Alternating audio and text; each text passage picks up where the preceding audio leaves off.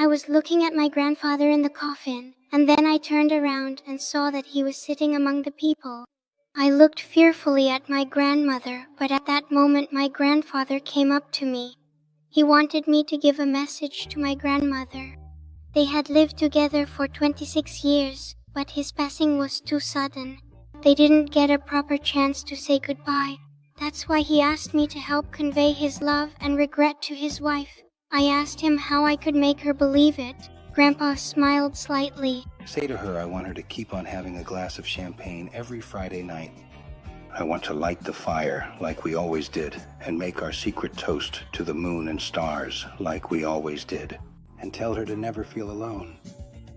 And then she'll understand. After those words, I went to my grandmother and told her everything he had said. Grandma couldn't hold back her tears. She didn't want to let him go either, seeing that I had fulfilled his wish.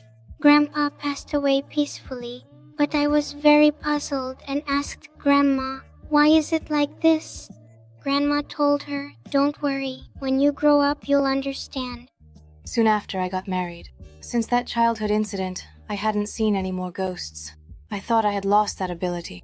But while I was dancing with my husband, a strange pattern appeared on the window. My attentive husband noticed my odd behavior and asked what was wrong. I lied and said I was just distracted, but that evening, the ghost found me. I backed away in terror. He begged for help, said he didn't know where he was, and only remembered a low valley. He wanted to go home, but had forgotten the way. And at home, his wife was already pregnant. He vaguely remembered serving in the Vietnam War. What's your name? Paul Adams.